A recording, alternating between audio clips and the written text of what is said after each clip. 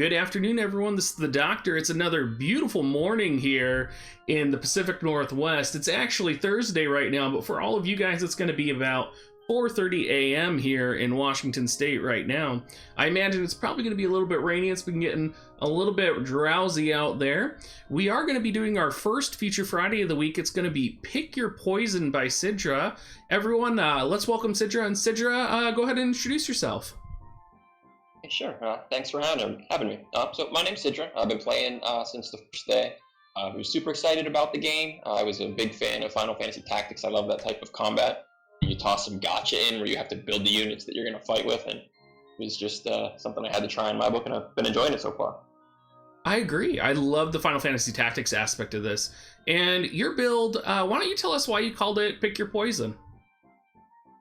Yeah, so it's built for sort of the manual PvP. It works in all the modes, but when, I enjoy the manual PvP the most. And once you find out this game a little bit, shots happen all the time, right? It's really easy just to have your units get one shot or to one shot other units.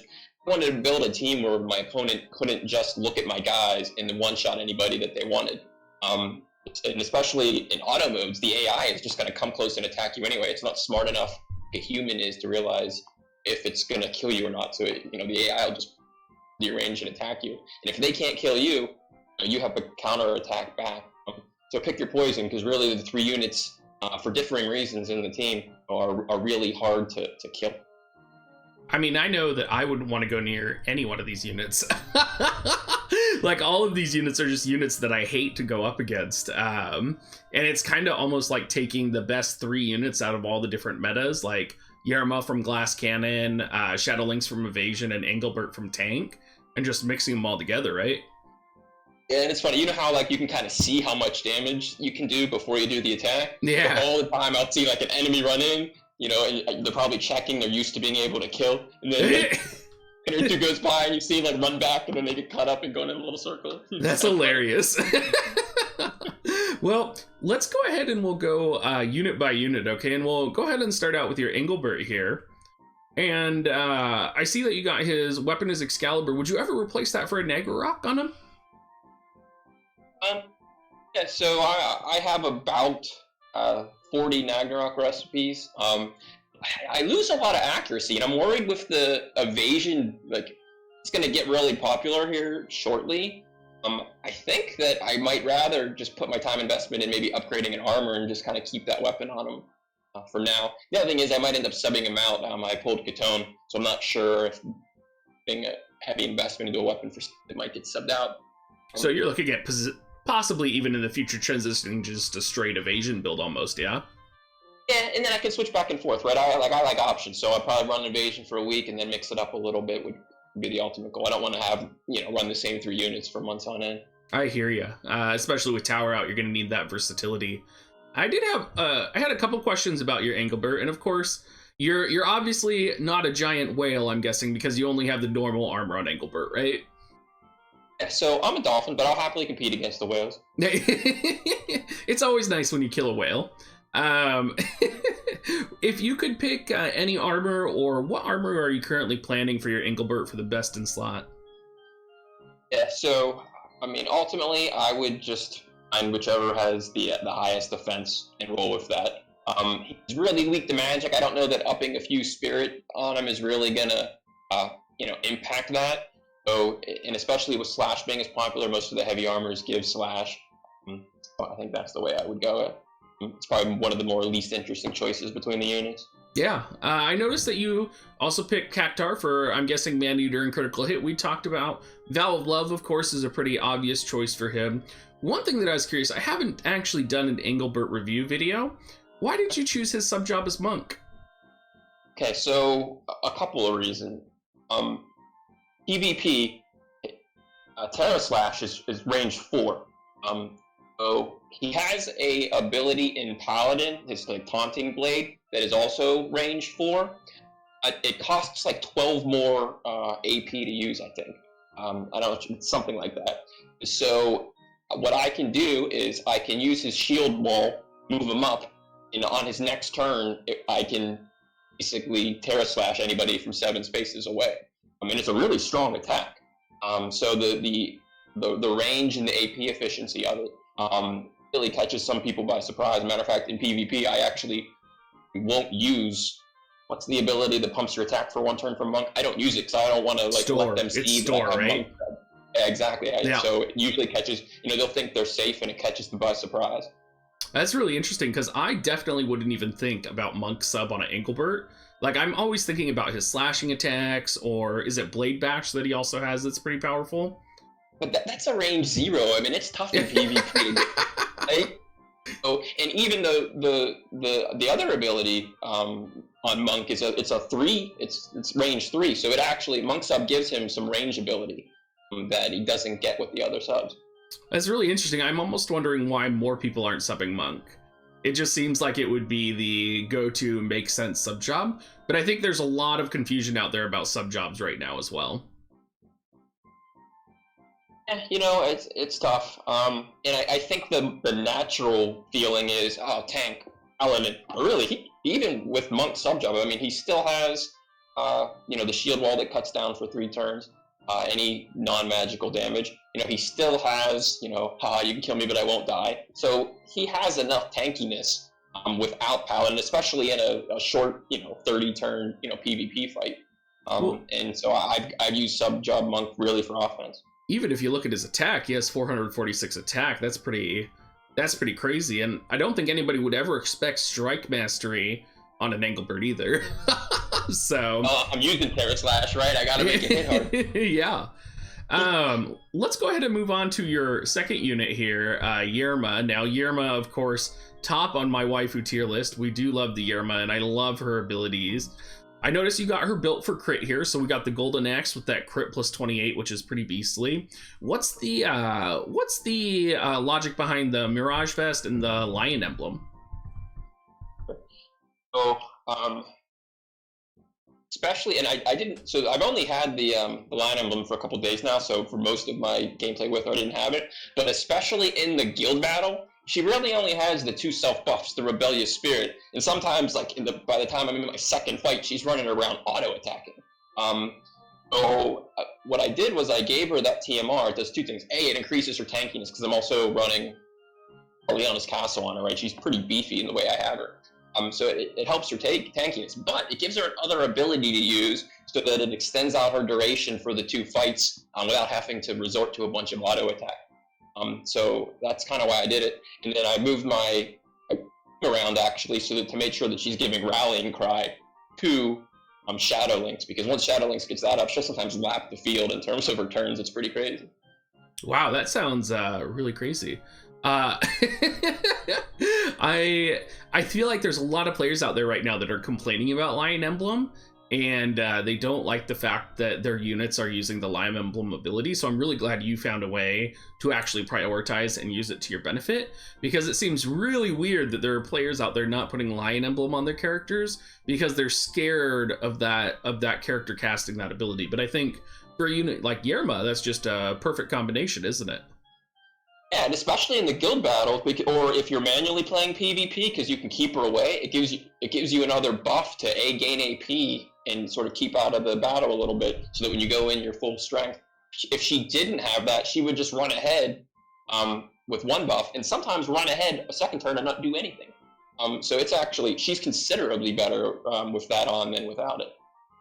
Would you say the primary ability, I'm guessing it is because you're using the crit plus 28 axe, the primary ability you use on her is going to be launch most of the time?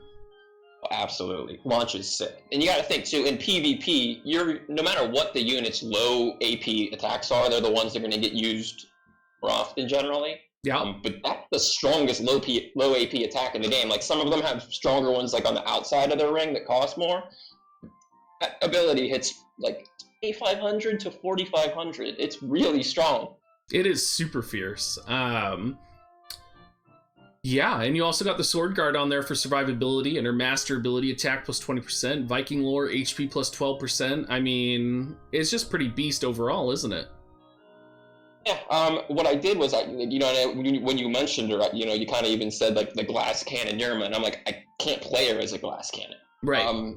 So I put considerable effort into, she's got slash attack up and a good hit point the Esper. You know, she's running Leona's Castle. I put that TMR on her. She's weak to magic, so the armor will be upgraded at some point, but the Mirage Vest is a +2 that has a little bit more, magic resistance on it. She's a problem to deal with, and she has move 4 and launches range 3, so she's tough to deal with, and she's only got a threat range of 7.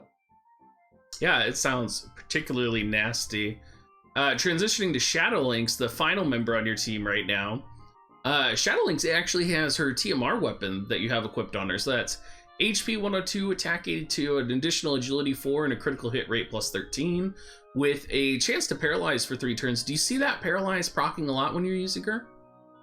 So it's a 2-day-old TMR. I knew I was 2 shards away, so I woke up at 4 a.m. on reset to get it. I have not yet seen it proc, but I don't have a lot of experience using it.